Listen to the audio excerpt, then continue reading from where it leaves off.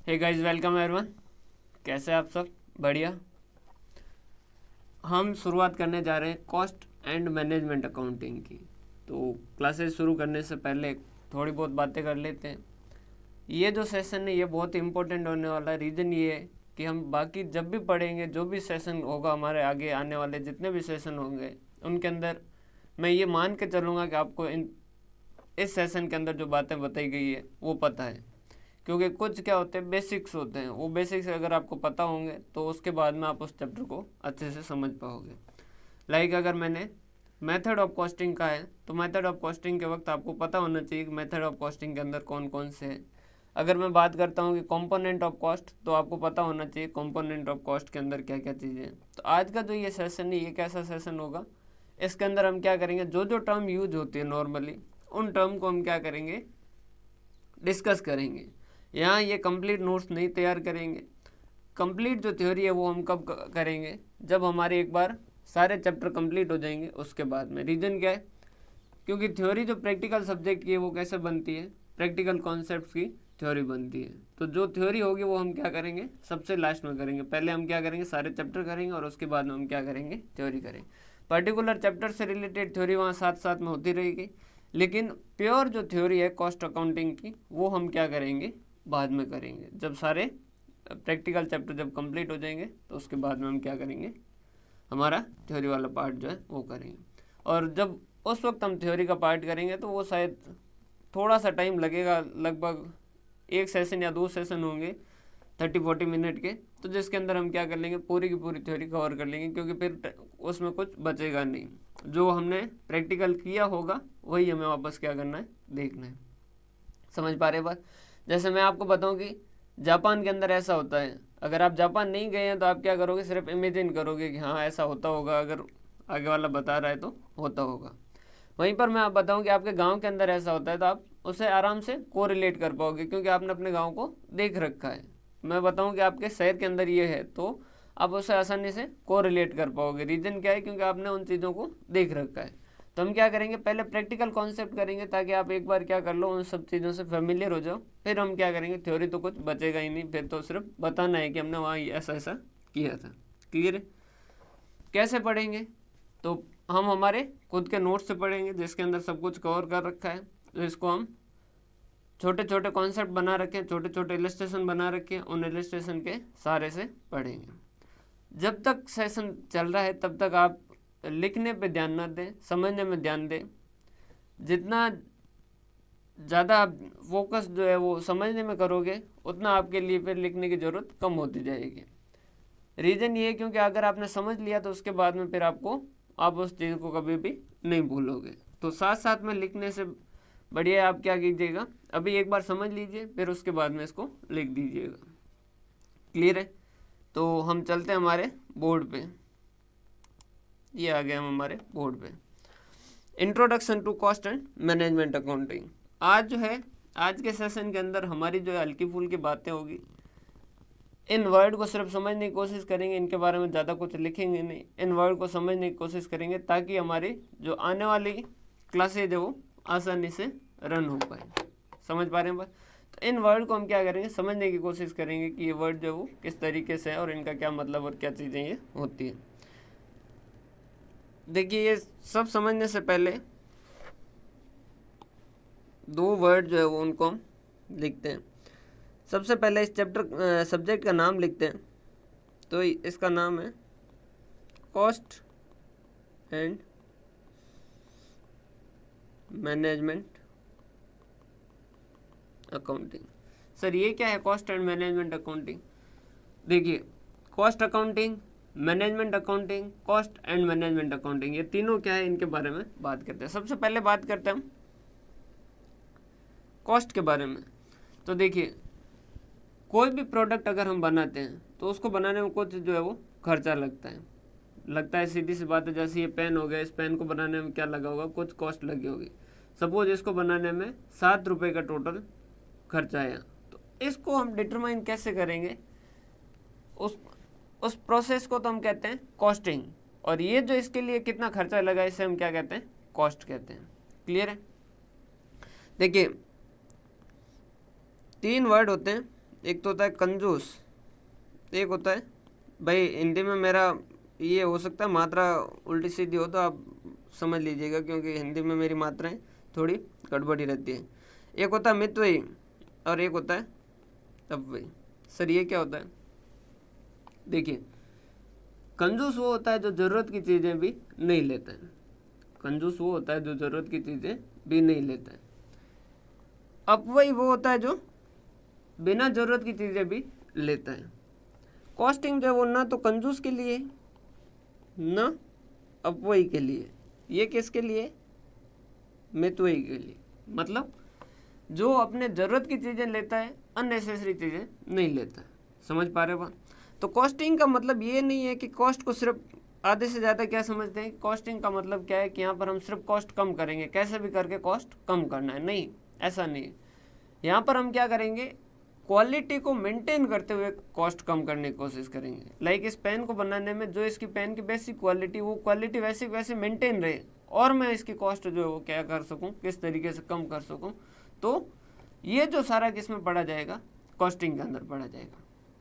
Like car जब भी आती है तो कार के अंदर क्या होता है, जब नया वेरिएंट आता है तो उसके अंदर वो क्या करते हैं, पीछे वाले अब उसमें अगर आप देखोगे कि पीछे वाले वेरिएंट और नए वाले वेरिएंट के अंदर अगर आप उस शॉपकीपर से पूछोगे तो वो इतने उसके अंदर फीचर गिना देगा कि इतने सारे ऐड किए कि आपको लगेगा कि यार इतने फीचर जब इन्होंने ऐड किए हैं तब तो इनकी जो कॉस्ट ही बढ़ गई होगी, लेकिन सेल प्राइस के अंदर ये तो उनका इतना डिफरेंस नहीं दिख रहा है।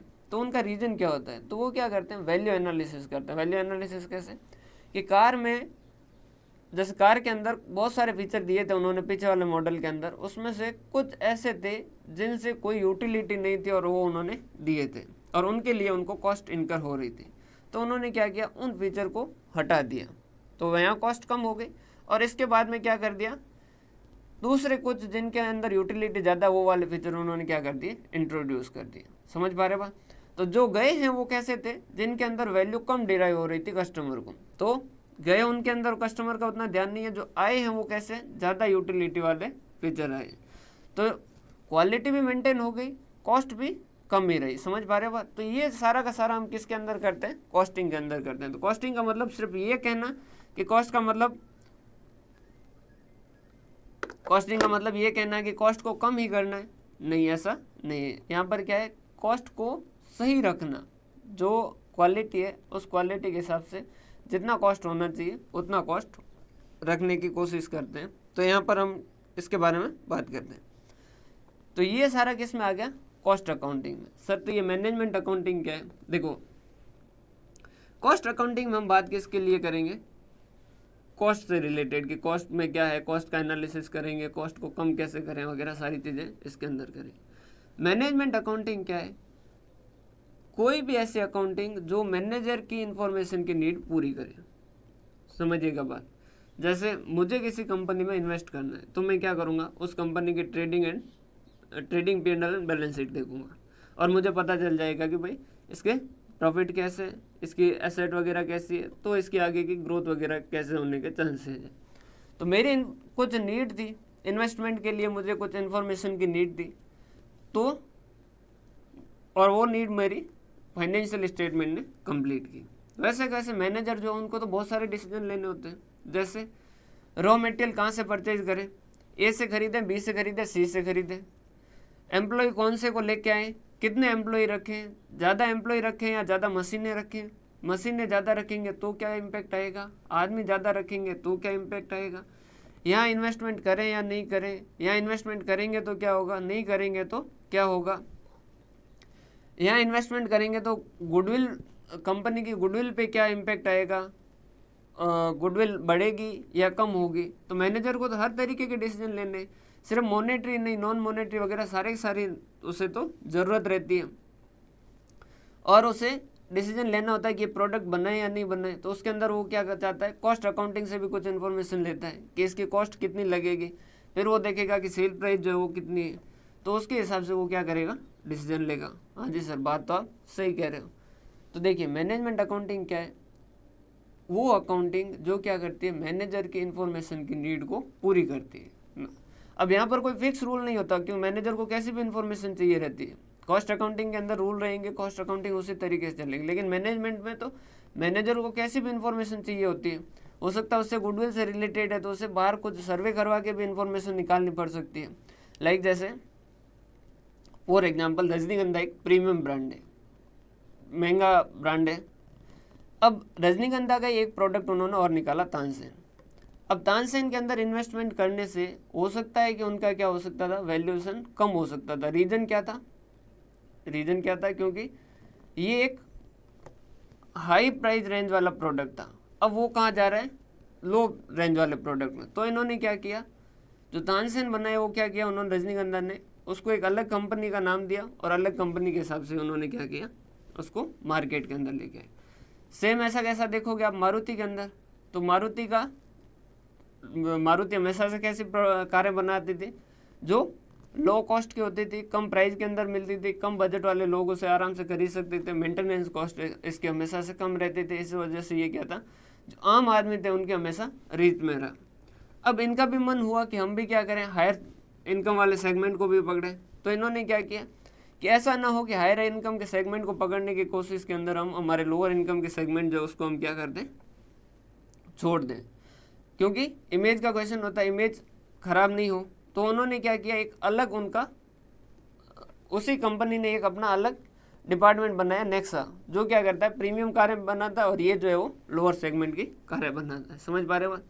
क्योंकि कंपनी जो होती है वो अपनी एक ब्रांड क्रिएट करके रखती है और वो उसे मेंटेन करना चाहती है। अगर वो ब्रांड, अगर उसकी इमेज चली जाती है तो फिर कंपनी की वैल्यूएशन कम हो जाती है।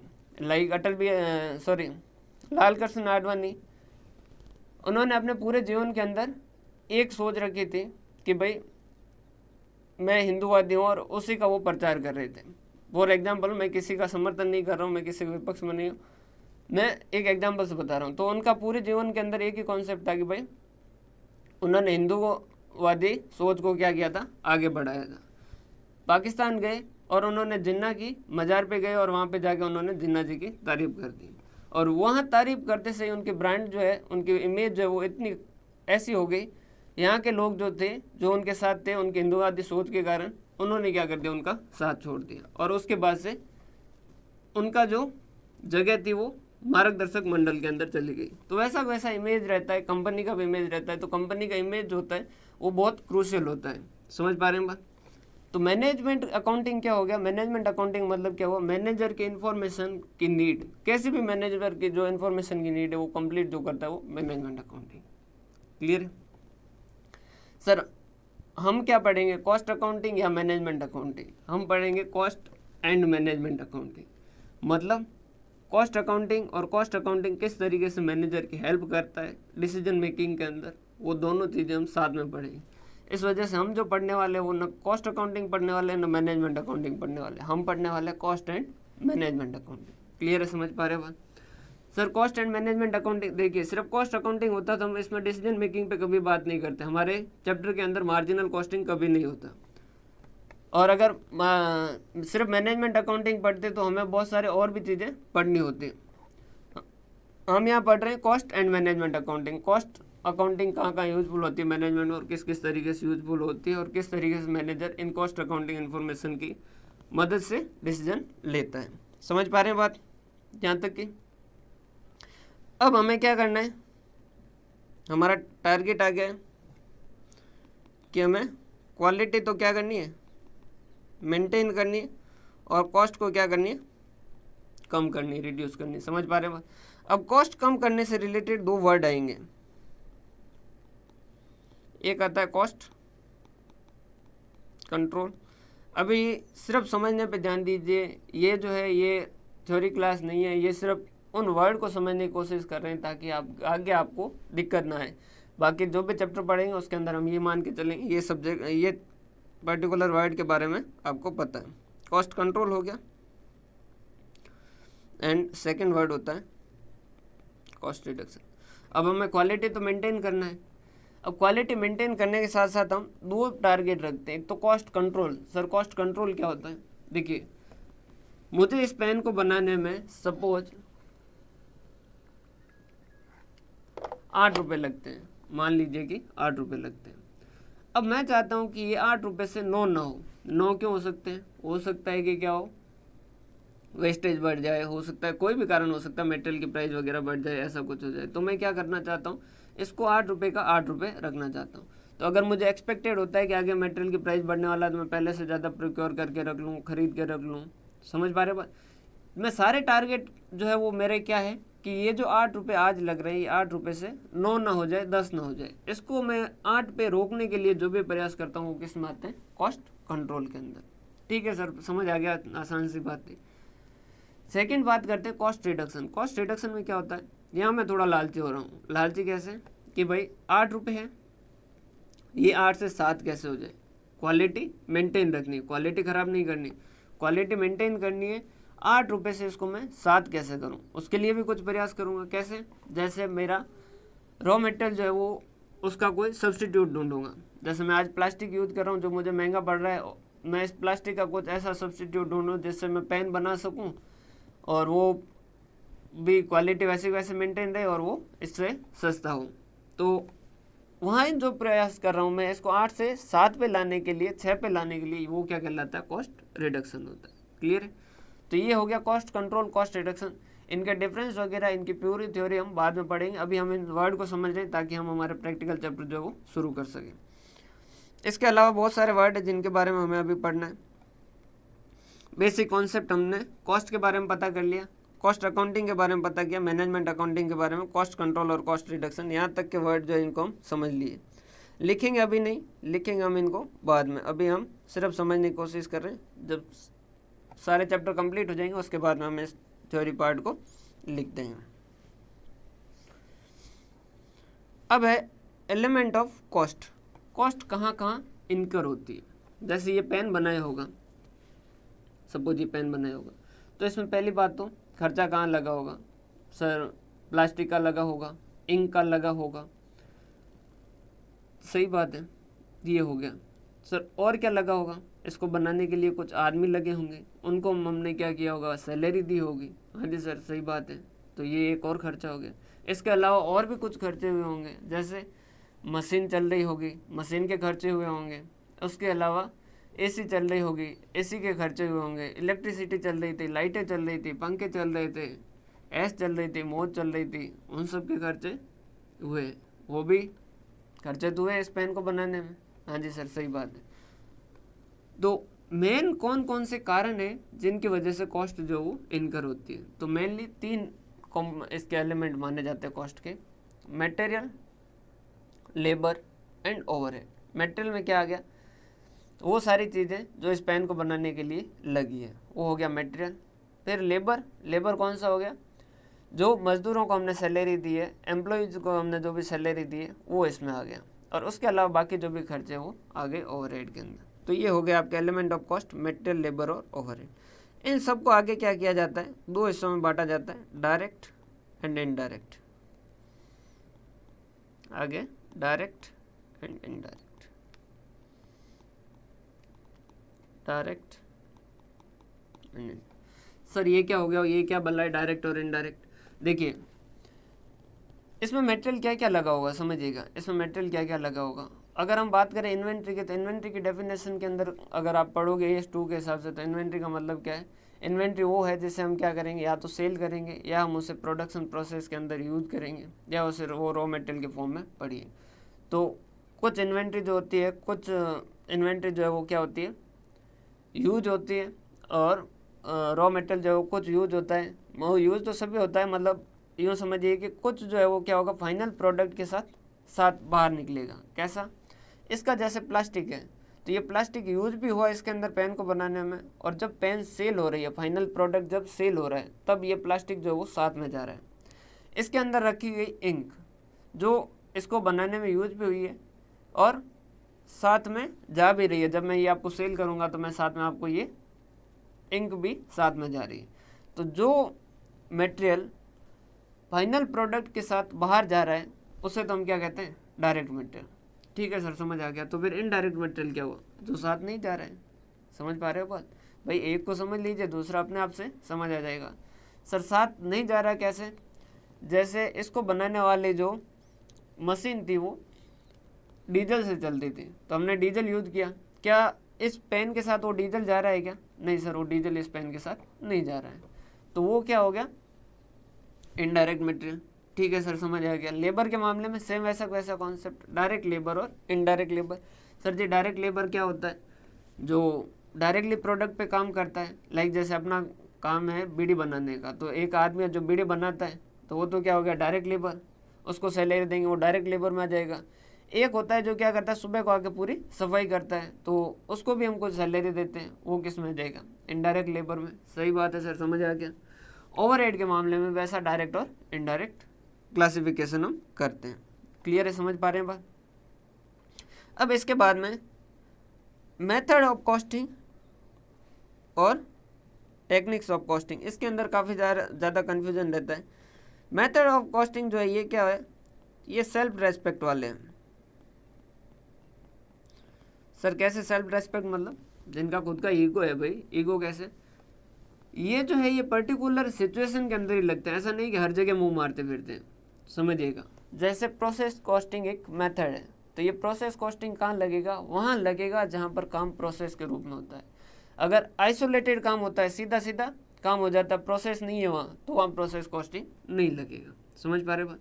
सर तो टेक्निक के अंदर क्या होता है? जैसे टेक्निक के अंदर एक तरीका मार्जिनल कॉस्टिंग। मार्जिनल कॉस्टिंग वहाँ भी लग सकता है जहाँ प्रोसेस में काम होता है, जहाँ सर्विस में काम होता है वहाँ भी लग सकता है, जहाँ सिंगल प्रोडक्ट बनाते हैं वहाँ भी लगाया जा सकता है, जहाँ बैच में काम होता है वहाँ भी लगाया जा सकता है, कहीं पर भी लगाया जा सकता है। ये एक तरीके की फिलोसॉफी है। समझ पा रहे बात? तो टेक्निक और मेथड। अब मेथड में कौन कौन से? सिंगल और आउटपुट और यूनिट कॉस्टिंग। सिंगल और आउटपुट और यूनिट कॉस्टिंग, इसके अंदर क्या होता है? सिंगल यूनिट का जो है हम कॉस्टिंग करते हैं। इसमें हम क्या करते हैं? सिंगल यूनिट की कॉस्ट कैलकुलेट करते हैं। बैच कॉस्टिंग, जहाँ पर क्या होता है? काम कैसे होता है? बैच के अंदर होता है। वैसे इन सबसे रिलेटेड अपने टॉपिक आएंगे, एक एक चैप्टर है इनके बारे में, तो पूरा डिटेल तो वहाँ आएगा। अभी सिर्फ इनका इंट्रो समझ लीजिए। सेकंड हो गया बैच कॉस्टिंग, जहाँ पर काम क्या होता है? बैच के अंदर होता है। जैसे पेन बनती है तो पेन एक अकेली नहीं बन रही, पेन जो 20 का एक बैच है जो पूरा साथ में तैयार होता है, तो वहाँ पर क्या लगेगी? बैच कॉस्टिंग लगेगी। कॉस्ट जो कैलकुलेट की जाएगी वो किसकी कैलकुलेट की जाएगी? बैच की कैलकुलेट की जाएगी, और फिर डिवाइड कर देंगे उसके अंदर जितने नंबर ऑफ यूनिट है, तो एक यूनिट की कॉस्ट आ जाएगी। समझ पा रहे हैं बात? जैसे टैबलेट बनाई जाती है, अगर आप यूट्यूब पे वीडियो देखोगे तो वो ऐसे ऐसे चलती रहती है, उसमें से वो मतलब वो जो भी दवाई वगैरह होती है वो डालते रहते हैं, अपने आप से बंद होता रहता है, वैसा वैसा वैसा वैसा। तो वहाँ पर क्या होता है? वो पूरा एक लॉट निकलता है, पूरा एक बैच निकलता है, तो वहाँ बैच कॉस्टिंग हो गया। जॉब कॉस्टिंग, जॉब कॉस्टिंग क्या होता है? जहाँ पर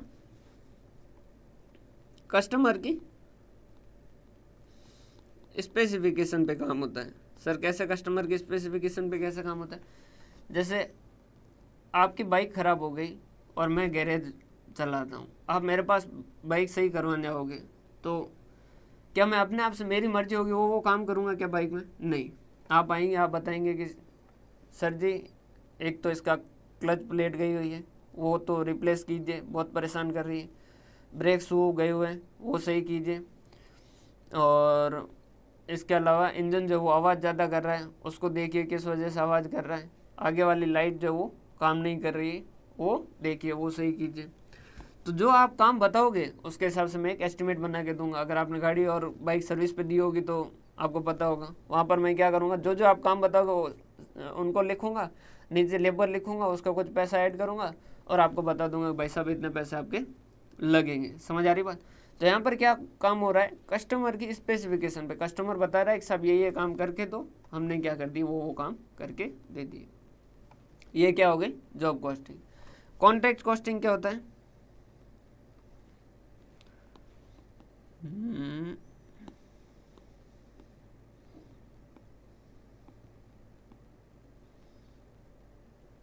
सर जी ये तो आपने चीटिंग कर ली, मतलब जो ऊपर लिखा था वो वापस लिख दिया कस्टमर स्पेसिफिकेशन। कॉन्ट्रैक्ट कॉस्टिंग जो होता है उसके अंदर भी क्या होता है? कस्टमर की स्पेसिफिकेशन पे ही काम होता है। बस दोनों में फ़र्क ये है कि जॉब कॉस्टिंग जो है वो क्या होता है? शॉर्ट टर्म का होता है, छोटे टाइम का होता है, और ये जो होता है ये क्या होता है? लॉन्ग टर्म का होता है। कॉन्ट्रैक्ट के अंदर कैसा आएगा? जैसे आपको घर बनवाना है और अपना बिल्डर का काम है, अपन बनाते हैं बिल्डिंग। अब आप आए, आपने कहा कि घर बनाना, मैंने आपकी शक्ल देखी और उसके हिसाब से जाके सीधा घर बनाना शुरू कर दिया, क्या ऐसा होगा क्या? नहीं।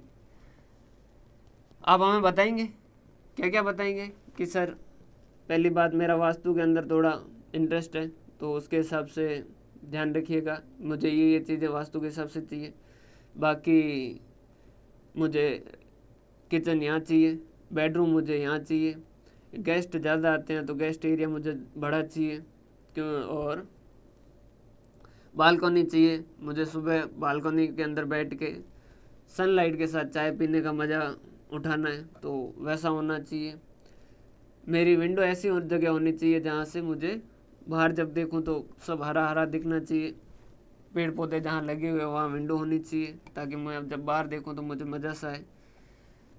आप मुझे बताओगे, आपके हिसाब से मैं आपके लिए घर बनाऊंगा और आपको तैयार करके दूंगा। अब स्कूटी वाले केस में और इस केस में दोनों में सिमिलरिटी है, दोनों जगह ही कस्टमर बता रहे हैं, कस्टमर के हिसाब से काम हो रहा है। फ़र्क दोनों में क्या है?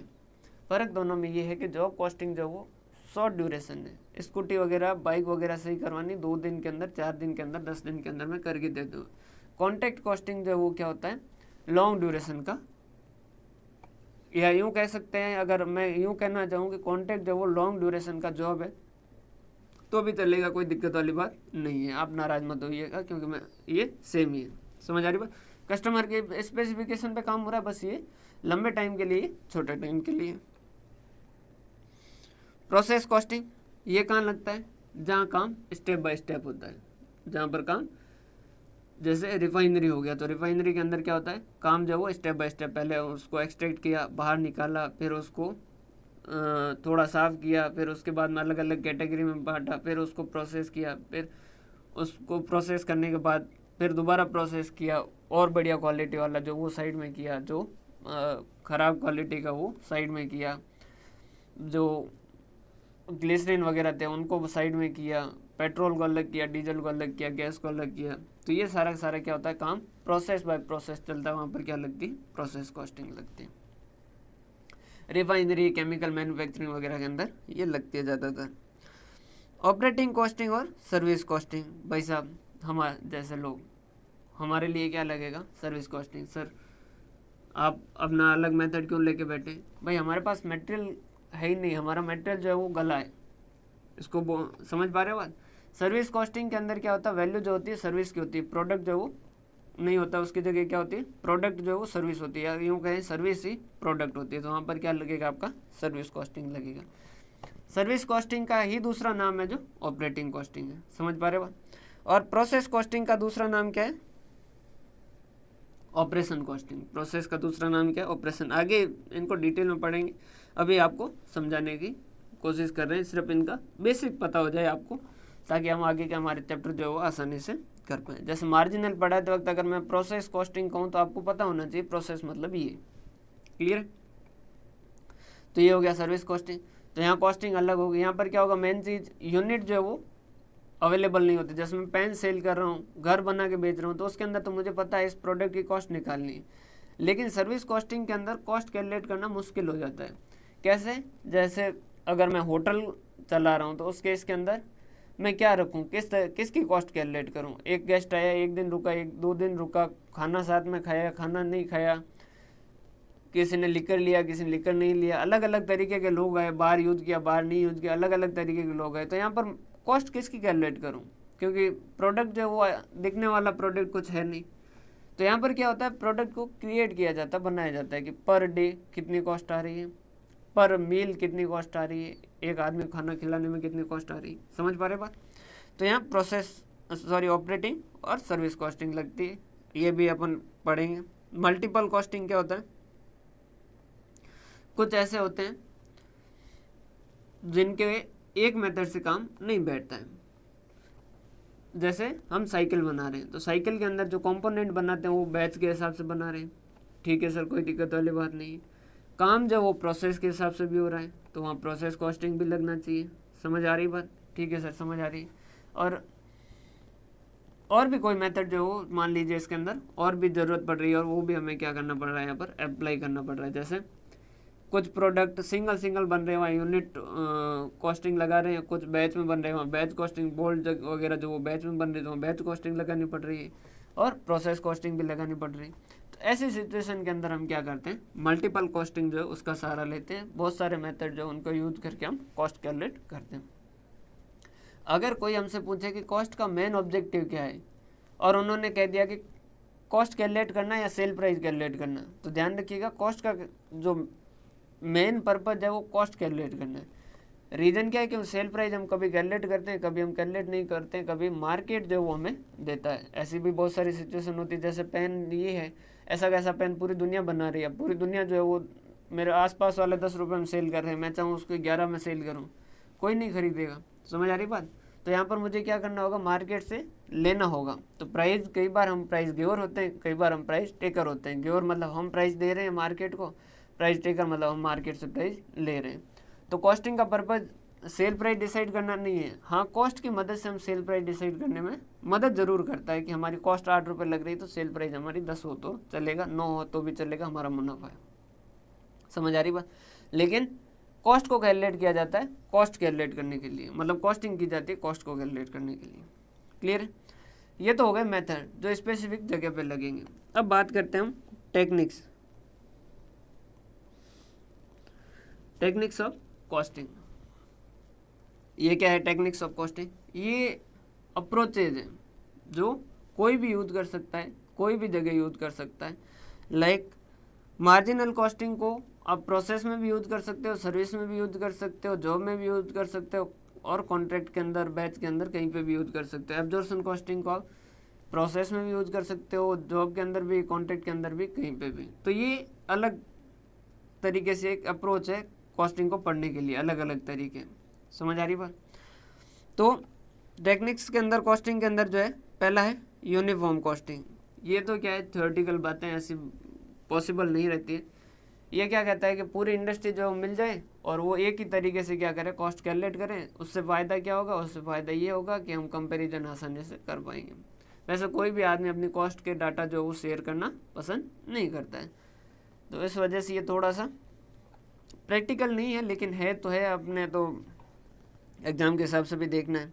देखो, ये सब्जेक्ट ऐसा है जो आपके प्रैक्टिकल लाइफ में भी काम आएगा और एग्ज़ाम में तो आना ही है। मार्जिनल कॉस्टिंग ये एक टेक्निक है, जो हम पहला चैप्टर उठाएंगे वो यही उठाएंगे, मार्जिनल कॉस्टिंग। स्टैंडर्ड कॉस्टिंग ये क्या है? देखिए, हम मंथ के शुरुआत में क्या करते हैं, कुछ प्लान बनाते हैं सर, जाहिर सी बात है, हर महीने के शुरुआत में बनाते हैं कि इतना पैसा आएगा, इतना पैसा खर्च होगा। फिर मंथ एंड होता है, फिर हम देखते हैं कि एक्चुअल के अंदर क्या हुआ कि उतना पैसा आया और उतना पैसा ही खर्च हुआ, उससे कुछ अलग भी हो सकता है। या फिर जैसे हम सुबह को उठते हैं, हम डिसीजन लेते हैं कि आज के दिन के अंदर, सुबह उठते हैं तब हम जोश में होते हैं, हम कहते हैं आज के दिन के अंदर 10 घंटे पढ़ेंगे। शाम को सोते वक्त अगर हम वापस एनालिसिस करें कि आज कितने घंटे पढ़े, तो पता चला 2 घंटे ही पढ़े। तो ये जो है, ये क्या करना होता है, ये ज़रूरी होता है। इससे क्या होता है, हमारा असेसमेंट होता है। वैसा कॉस्टिंग के अंदर क्या होता है, हमारे पास बजटेड डाटा होते हैं। हम पहले बजट बनाते हैं कि इतना पैसा खर्च करेंगे, इतनी सेल होगी, इतने रेवेन्यू होगा, वगैरह वगैरह सारी चीज़ें देखते हैं। फिर ईयर एंड होता है, एक्चुअल डाटा मिलते हैं कि एक्चुअल में सेल इतनी हुई, इतनी कॉस्ट लगी, वगैरह वगैरह, और फिर हम इनका क्या करते हैं, कंपैरिजन करते हैं। तो ये जो है, ये क्या कहलाता है, स्टैंडर्ड कॉस्टिंग। अब ये कहीं भी यूज़ कर सकते हो, आप प्रोसेस में यूज़ कर सकते हो, कॉन्ट्रैक्ट करते हो तो कॉन्ट्रैक्ट कॉस्टिंग में हो तो भी यूज़ कर सकते हो, जॉब वाले में हो तो भी यूज़ कर सकते हो, कहीं पे भी यूज़ कर सकते हो। हिस्टोरिकल कॉस्टिंग बहुत ही बेकार और बहुत ही वाहियात, आज के टाइम में नहीं चलती है। ये क्या कहता है, कॉस्ट इनकर होने के बाद में कॉस्ट को लिखा जाए। कॉस्ट जब कंप्लीट हो जाए उसके बाद ही लिखो कि इतना पैसा खर्च हुआ। हिस्टोरिकल कॉस्ट, इसे पास्ट कॉस्टिंग भी कहते हैं, लेकिन ये आज के टाइम में ज़्यादा यूजफुल नहीं है। एब्जॉर्प्शन कॉस्टिंग, आज इन वर्ड को सिर्फ समझ रहे हैं, बाकी इनकी थ्योरी जो है वो बाद में लिखी हुई आपको मिल जाएगी। एब्जॉर्प्शन कॉस्टिंग क्या होती है भाई साहब? ये भी एक तरीका है, मार्जिनल से पहले जो चलता था वो क्या चलता था, एब्जॉर्प्शन कॉस्टिंग चलता था। ये भी एक तरीके की टेक्निक है। एब्जॉर्प्शन कॉस्टिंग, मार्जिनल कॉस्टिंग हमारा पहला ही जो सेशन होगा उसके अंदर ही हम इसको यूज करेंगे, पहले सेशन के अंदर हम इसको समझ लेंगे। अब हम हमारी क्लासेज किस तरीके से शुरू करेंगे, सबसे पहले हम पढ़ेंगे मार्जिनल कॉस्टिंग। ये क्या, एक डिसीजन मेकिंग कॉस्टिंग है, तो आपको ओवरऑल कॉस्टिंग का एक ओवरव्यू मिल जाएगा।